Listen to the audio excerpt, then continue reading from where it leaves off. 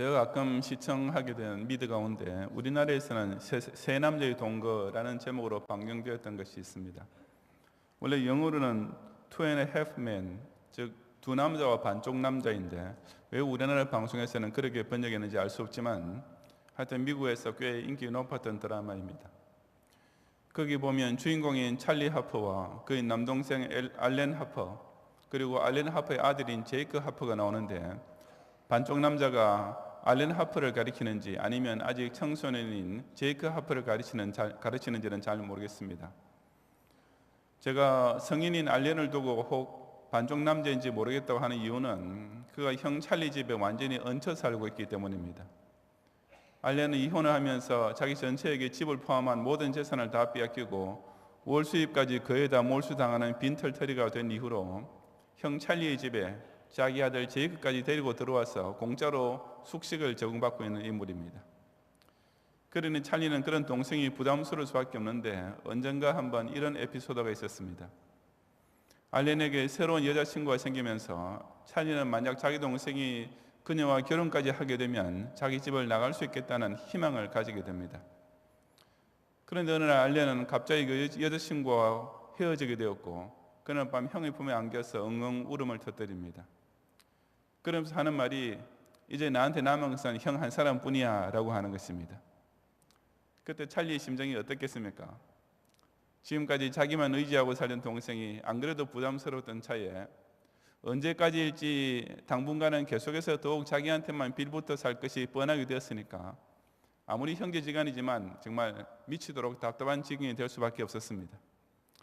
그래서 찰리 역시 결국에 가서는 동생을 부둥켜 안고 둘이 함께 울게 되는 것입니다. 사람은 현실적으로 누군가를 서로 의지하면서 살 수밖에 없습니다. 아무도 완벽하지 않고 또 인생 자체가 혼자서 감당할 수 없는 일들로 가득 차 있기 때문입니다. 하지만 알렌처럼 그저 형에게 의지하는 것 하나만 가지고 산다면 실로 꼴불견이 될 수밖에 없습니다. 남을 의지할 때는 의지하더라도 그 상태로 계속 안주하지 말고 그 도움에 힘입어서 자기가 할 수 있는 일부터 시작하고 끝내는 스스로 설 수 있어야 마땅하기 때문입니다. 이것은 우리 기도 신자가 하나님을 의지할 때도 그대로 적용되는 원칙입니다. 오늘 연중 감사 예배를 드리면서 저는 주신 말씀을 통해 기도 신자의 하나님을 의지하는 신앙이 과연 어떻게 나타나야 정말 아름답고 올바른 모습이 될 수 있는지를 함께 참고해 보고자 합니다. 첫째, 하나님을 제대로 의지하는 신앙은 수세에만 몰려있지 않고 능동적인 공세를 취하게 해줍니다. 29절을 우리 다 같이 함께 봉독하겠습니다. 내가 주를 의뢰하고 적군을 향해 달리며 내 하나님을 의지하고 담을 뛰어넘나이다. 아멘. 우리는 시편에서 다윗이 내가 주의 품속으로 피합니다, 하나님은 나의 피난처이십니다 라고 고백하는 장면들을 여러 번 볼 수 있습니다.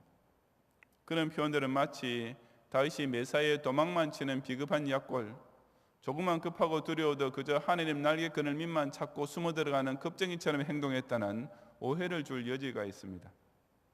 하지만 사실에서 다윗은 결코 그런 졸장부가 아니었습니다. 오늘 본문에서 그 다윗이 뭐라고 했습니까?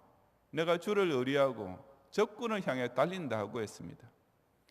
하나님을 의지한다고 해서 늘 적군 앞에서 하나님 쪽으로 도망만 치는 것이 아니라 그처럼 하나님을 의지하는 배짱을 가지고 오히려 적군을 향해 돌격하며 그 적진을 누비면서 압도하는 용맹을 발휘했다는 뜻입니다. 또한 내 하나님을 의지하고 담을 뛰어넘나이다 라고 했습니다. 하나님을 의지한다는 것이 어디 자기 몸 하나 숨길 수 있는 쥐구멍만 찾는 자세가 결코 아니라 담, 즉 성벽을 훌쩍 뛰어넘으면서 적군을 공격하고 성을 취하는 능동적이고도 적극적인 공세의 기계로 나타났던 것입니다. 원로 목사님께서 어렸을 때 회상하시면서 당신의 어머니, 즉 제 할머니와의 사이에 있었던 이런 일들을 가끔 간증하셨던 것을 여러분 중에도 기억하는 분이 계실 것입니다. 어린 시절에 동네 아이들과 어울려 놀다 보면 서로 싸우게 되는 일들이 심심치 않게, 아니 일상의 다반사로 일어나기 마련이었습니다. 특히 원로 목사님은 세 형제들 중에 제일 막내였고 꽤나 개구장이었던 것이 틀림없으니까 더욱 그런 일이 흔했을 것입니다.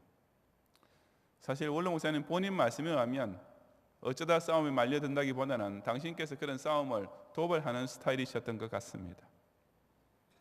언젠가 그런 류의 사건을 하나 소개하시며 말씀하시기를 원로 목사님께서 자기보다 더 큰 동네 어떤 형이랑 연날리기를 하다가 연싸움이 벌어졌습니다.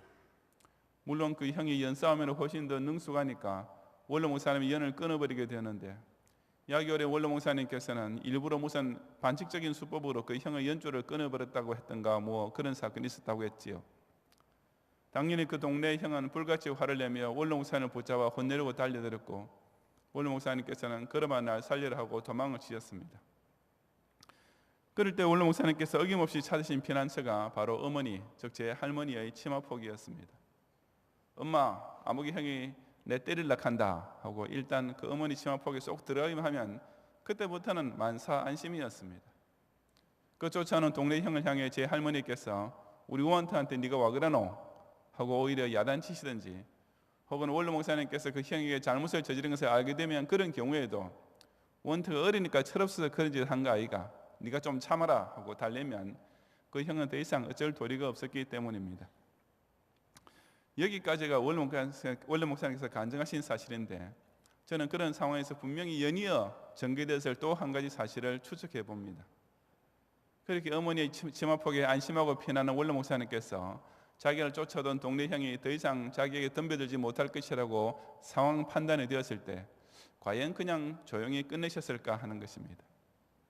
여러분 생각은 어떻습니까? 그런 상황에서 원로 목사님께서 그 동네 형한테 사과를 한다든지 혹은 최소한 속으로나마 미안한 마음이 들어서 자수하는 자세로 얌전히 계셨겠습니까? 아마 결코 그러지 않았을 것이라고 생각합니다. 모르긴 하지만 10중 8구 원로 목사님께서는 그 어머니 치마폭에 숨은 채로 그 동네 형을 더 놀리지 않았겠습니까? 용용 죽겠지, 뭐 경상도 사투리로 애굴 나지 뭐 이런 말들로 그 동네 형에게 오히려 대어들었을 것이 틀림없습니다. 하지만 실상 그런 상황에서는 원로 목사님 아니라 웬만한 아이들이 다 그렇게 했을 것입니다.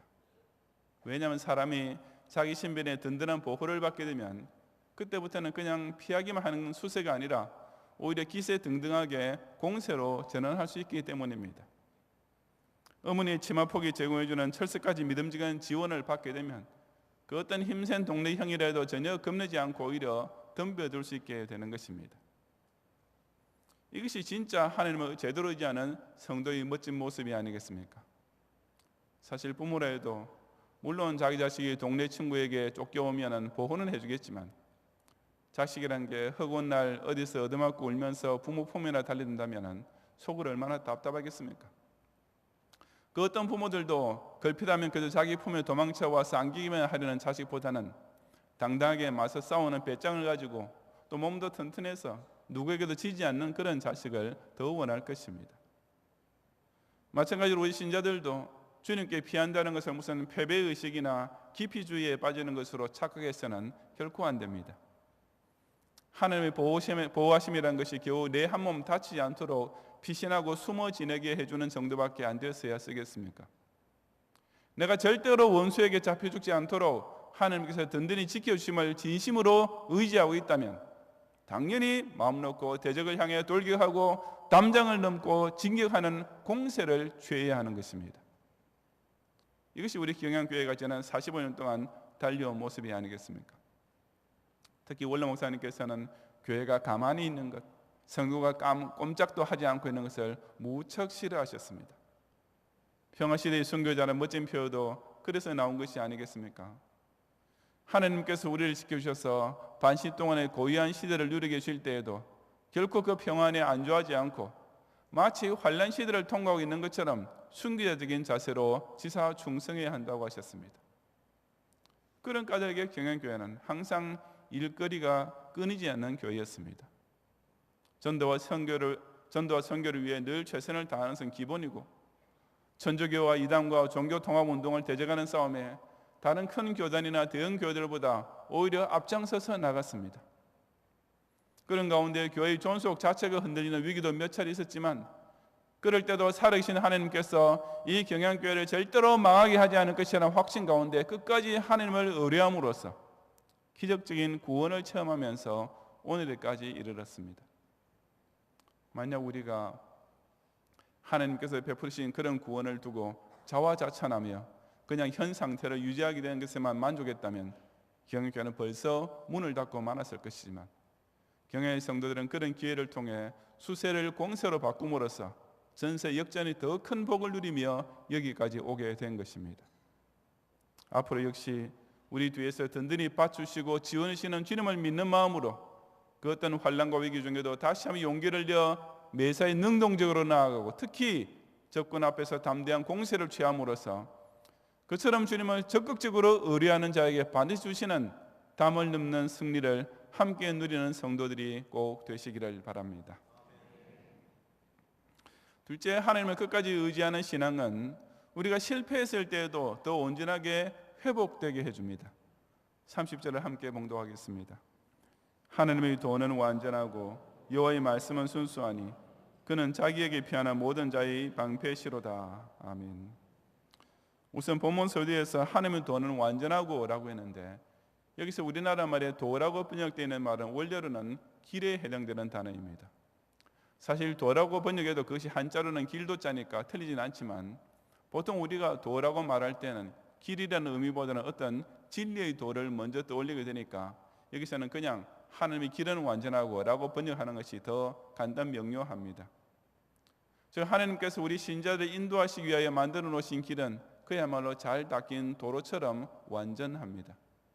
그 길만 따라서 가면 절대로 아무 사고 날 일도 없고 분명히 우리의 목적지 저 천국에 이룰 수 있는 것입니다. 마찬가지로 여호와의 말씀은 순수하다고 했습니다. 여기서 순수하다라고 번역된 말은 옛날 한국 개역 번역에는 정미하다라고 되어 있는데 이 단어 히브리어는 아무 흠 없이 완전 무결하다는 뜻이니까 이 경우는 지금의 개역 개정 번역이 더 낫습니다. 앞으로 여호와의 길, 즉 우리를 구원으로 인도하시는 길과 마찬가지로 그 길에서 어떻게 행해야 할 것을 가르치는 말씀 역시 완벽하게 순수한 것으로서 우리가 그 지침서대로만 신앙생활을 해나가면 또한 아무 어려움도 방황도 사고도 없이 무사히 목적지에 도달할 수 있는 것입니다. 하지만 현실에서는 그렇게 되기가 쉽지 않습니다. 우리가 하나님께서 보이시는 길과 가르치는 말씀대로 살기만 하면 아무 문제 없이 천당에 도달할 수 있다는 것은 두말할 필요 없는 사실이지만 실제로 그렇게 완벽하게 살기란 사실 불가능합니다. 신앙생활에서도 우리는 때로 깜빡 졸다가 그 길을 조금 벗어나기도 하고 때로 너무 지쳐서 아예 주저앉을 때도 있습니다. 그뿐 아니라 때로는 나 자신이 스스로 고장도 나고 혹은 다른 교인과 부딪혀서 사고를 내기도 하는 것입니다. 놀랍게도 바로 그럴 때 하나님께서는 우리가 피할 자리까지 이미 마련해 놓고 계시는데 본문 끝에서 그는 자기에게 피하는 모든 자의 방패시로다라는 말씀입니다. 하나님께서는 당신의 품을 우리의 비상대피소로 또는 휴게소로 마련해 놓으시고 그리로 피해오는 성도마다 방패로 막으시고 안전하게 보호해 주신다는 뜻입니다. 우리가 신앙생활을 한다고 노력은 하지만 결코 완벽하게 할 수는 없다는 것을, 때로는 실족도 하고 때로는 실패도 하게 되는 것을 하나님 편에서는 충분히 이해해 주시고 그 해결책까지 준비해 두고 계시는 것입니다. 고속도로를 달리다 보면 도로 곁에 비상주차장이 가끔씩 눈에 띕니다. 정규 차선들이 있고 그 오른쪽 가에 갓길이 있지만 그 갓길보다 더 깊이 들어가서 차 한 대 정도 진입했다가 다시 나올 수 있을 정도의 주차장입니다. 평상시에는 그런 비상주차장이 별로 의식되지 않지만 주행 중에 차가 고장이 나거나 타이어 펑크가 났을 때는 그것이 얼마나 요긴한지 모릅니다. 그냥 갓길에다 대면 그 많은 차들이 고속으로 바로 곁을 아슬아슬하게 지나가야 되니까 보통 위험한 것이 아니지만 그런 비상주차장에 차를 댈 수 있으면 안심하고 차를 손볼 수 있기 때문입니다. 이처럼 도로에는 정규 차선 이외에도 비상시를 대비한 공간이 필요합니다. 별일 없이 목적지까지 가기만 한다면 사실상 전혀 필요 없는 공간이긴 하지만 모든 차들이 아무 사고나 고장 없이 다 목적지로 갈 수 있는 것은 결코 아니기 때문입니다. 사실 갓길도 마찬가지입니다.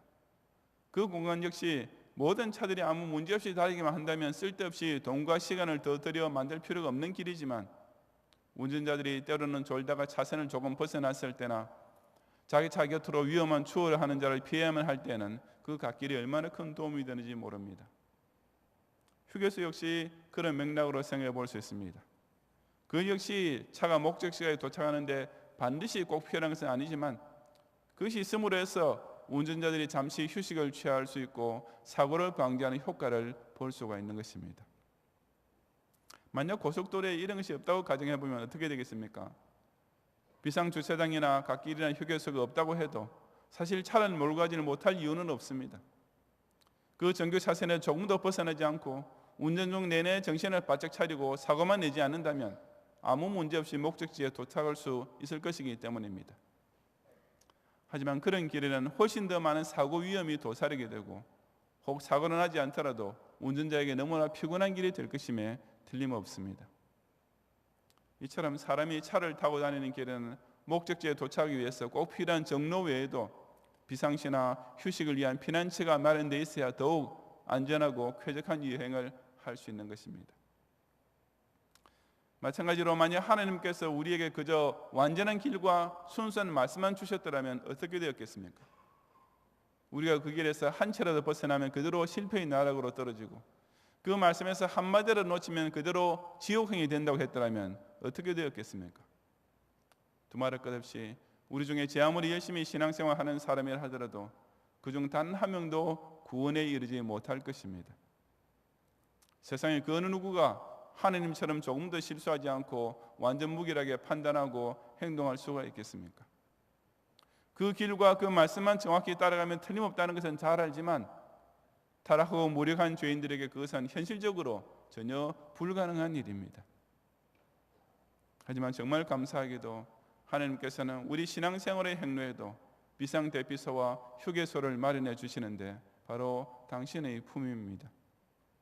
우리가 실족했을 때, 우리가 실패했을 때에도 당황하지 말고 그저 하나님만 의지하면서 그 품으로 피하면 하나님께서는 즉시 우리를 안아주십니다. 바로 그 품 안에서 우리는 자신의 신앙생활에 대해 재정비를 하고 시행착오의 원인을 분석하여 수리를 한 후에 다시금 출발할 수 있는 것입니다. 여러분과 마찬가지로 저도 이 경양교회를 섬기면서 이런 일을 여러 번 겪었습니다. 몇 년 전에 교회 사태는 담임 목사인 저에게 가장 근본적인 책임이 있었으면 변명의 여지가 없습니다. 하지만 하나님께서는 그런 와중에도 저희 방패가 되어주셔서 저에게 피할 길을 열어주셨을 뿐 아니라 오히려 그 일이 전화위복이 되어 경양교회가 더 새로운 모습으로 더 큰 비전과 함께 새 출발할 수 있는 계기가 되게 만들어 주셨습니다. 최근에 있었던 교단 사태 역시 마찬가지로 따지고 보면 제가 교회와 신학교 사역에만 정신을 쏟느라고 교단에 대해서는 등한했다는 과오에 기인했습니다. 그런데도 하나님께서는 저희 실수를 오히려 덮어주시면서 결과적으로는 만약 이번에 재신노예를 설립할 기회가 없었더라면 결코 할 수 없었던 일들을 깨끗하게 처리할 수 있는 전화위복이 되게 해주신 것입니다.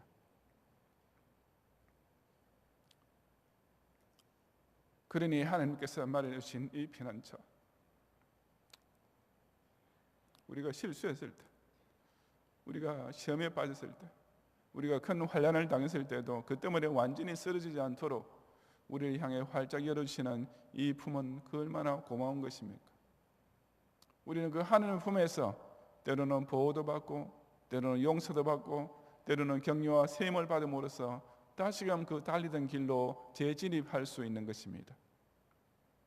저와 여러분에게 가야 할 바른 길을 보여주시고 꼭 지켜야 할 말씀도 가르쳐 주셨지만 그 길과 말씀을 따라가다 때때로 실수하고 약해질 때를 위해서도 오히려 당신의 사랑의 품을 피난처로 제공해 주시는 이 놀라운 은총에 힘입어서 그 어떤 일을 당할지라도 이 신앙의 행로를 끝까지 완주해내는 성도들이 되시기를 바랍니다. 성도 여러분, 하나님을 의지하는 신앙은 이처럼 오묘하고도 은혜롭습니다. 그것은 걸핏하면 하나님 품으로 도망치기만 하고 그 품 속에서 꼼짝도 하지 않고 안주하려는 마마보이식의 신앙이 결코 아니라 그 도심을 발판으로 삼아 그 환란이 있기 전보다 오히려 더욱 공세를 취하는 적극적인 신앙입니다. 그것은 하나님을 의지하면서 열심을 내어 신앙생활을 하다가 자신의 무지나 인악 때문에 큰 실패를 당하게 된다고 해서 그대로 망하는 것이 결코 아니라 그런 우리를 꾸짖거나 버리지 않으시고 더욱 당신의 품 안에 꼭 안아 치유해 주시는 사랑을 체험하는 7전팔기의 신앙입니다. 그러니 우리는 아무것도 하지 않고 안전제일줄로 피해 있기만 하는 것은 항상 최악의 선택이 될 뿐임을 명심해야 합니다. 그것은 결국 마귀의 밥이 되는 순서밖에 남을 것이 없기 때문입니다. 반면에 우리가 무엇을 해보다가 실패하는 것은 하나님 앞에서 결코 죄가 아닌 것을 또한 깨달아야 합니다. 왜냐하면 그런 우리의 실수나 실족은 하나님께서 다 처리해 주시고 오히려 그런 실패까지도 합력하여 결국은 선이 되도록 실로 오묘하게 역사해 주시기 때문입니다. 그러니 찬송가 449장의 고백대로 그처럼 하나님을 의지하고 순종하는 길은 항상 즐겁고 복된 길이 되는 것 아니겠습니까? 때로는 해를 당하거나 고생할 때도 있지만 그럴 때마다 주님의 위로와 안위를 받고 오직 주를 힘입어 그 말씀을 잘 배워 따름으로써 끝내 더 풍성한 은혜를 받고야 합니다. 또한 찬송가 342장 고백대로 아무리 우리가 궁지에 몰리고 때로 큰 낭패까지 당할지라도 그처럼 구주의 힘과 그 위로를 빌기만 하면 우리 주님께서는 반드시 우리 편에 서서 항상 도와주십니다.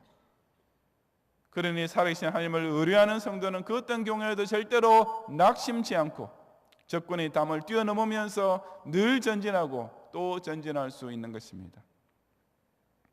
지금까지 45년을 그려왔던 것처럼 다가오는 2019년에도 역시 무슨 일을 당하더라도 무조건 끝까지 내 하나님을 의뢰함으로써 적군을 향해 용감하게 달려나가고 그 방패대로 피하는 성도로 하여금 완전한 길로 회고하게 해주시는 복을 충만히 누리는 모든 경영의 성도들이 되시기를 주님의 이름으로 축원합니다.